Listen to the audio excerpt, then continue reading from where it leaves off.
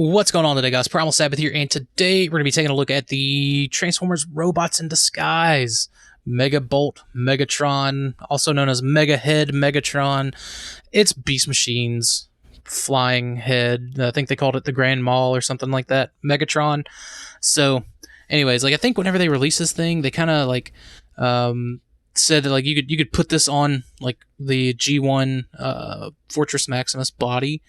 There's something to do with that. There are some loose joints here on this. I have, put tape in them to kind of keep them held up accordingly.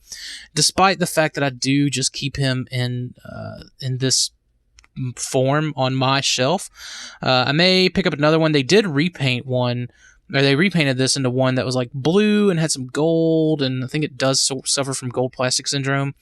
I don't know. I think that was a KB Toys exclusive, so I may pick that one up because in an interview, Aaron Archer oddly said that this was a I guess the robot mode maybe was a concept for Transtech Megatron, or at least one of the Transtech Megatron toys they would have had. So I'm a sucker for anything Transtech, and I think Aaron Archer knows that. There's, we're kind of crazy out there.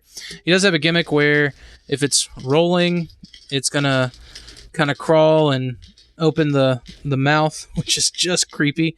So there is that.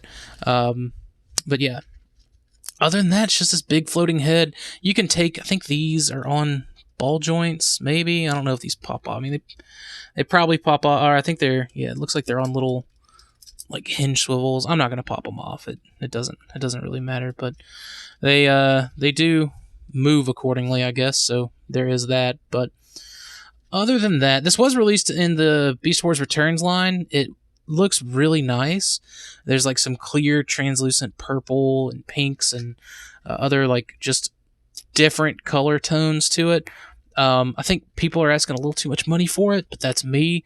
I'm just not super interested in it, but it is what it is. You also have a Viacon Spark Crystal there, and it looks like just pushing that is going to get you the opening and closing too. So there's that. But yeah, that's pretty much it for him. As the head, again, this is how I display him. I just have him up on a stand ever so carefully, floating above the rest. But, it is what it is. So let's go ahead and get him into robot mode, and we'll continue on from there. Alright, so here we have Megabolt Megatron and all of his back-heavy, gimmick-ridden goodness.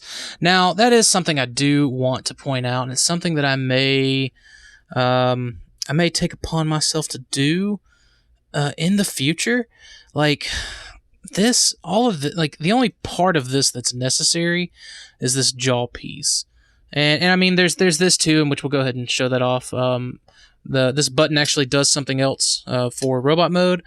And you can see it brings this a very control harness looking head down, or helmet I should say, down on top of the robot mode head, and it brings forward this launcher, which the launcher was also accessible in the head mode.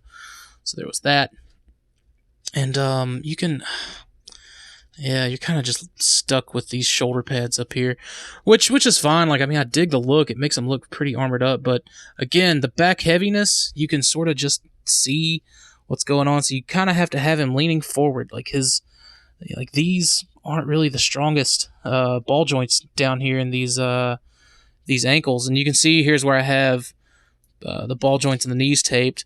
This crotch piece doesn't really sit center, which again kind of sort of sucks, but it is what it is. Again, the interview that Aaron Archer gave, I think it was with the TFYLP guys. You can go just search that on YouTube. He was talking about Transtech, and I appreciate them for bringing that up, because that's something that I am very passionate about and getting. I would love to get the Transtech toys, in some form or fashion in the future.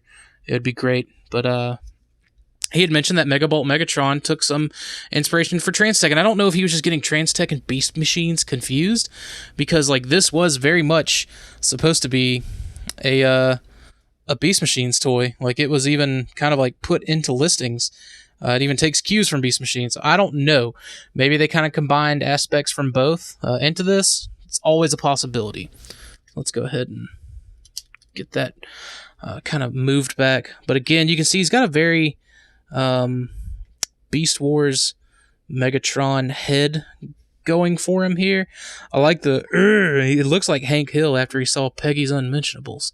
So I think that's a pretty cool look. Get kind of turned to the side.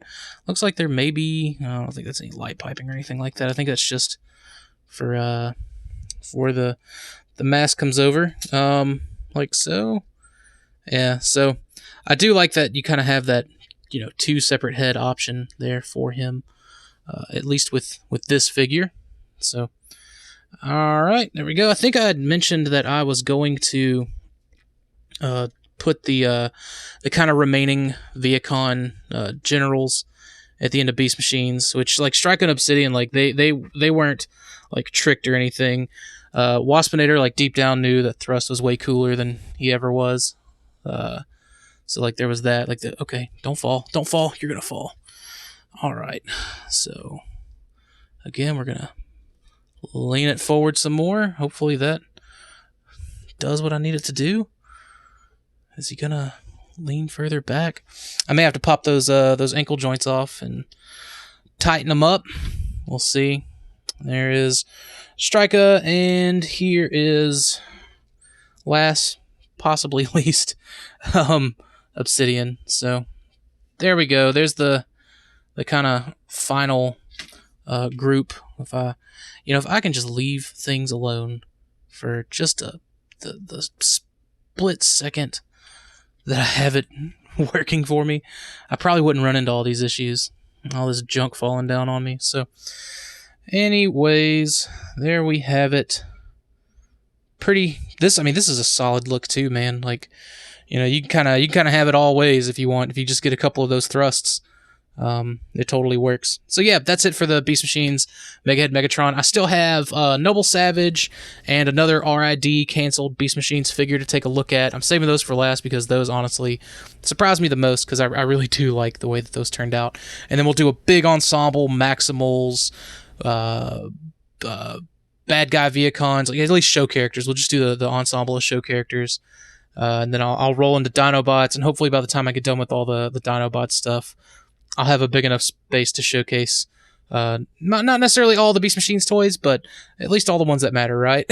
So anyways, thank you guys for watching. If you want to check out some cool stuff, go head on over to our Stasis Lock Facebook page, or my page, Primal Sabbath. I really don't do much other than share Stasis Lock stuff over there, so there is that. Also, you can follow me on social media everywhere, and that's all well and good. But anyways, thanks for watching these reviews with me. Hopefully I've kind of inspired some of you to go track down these Japanese versions.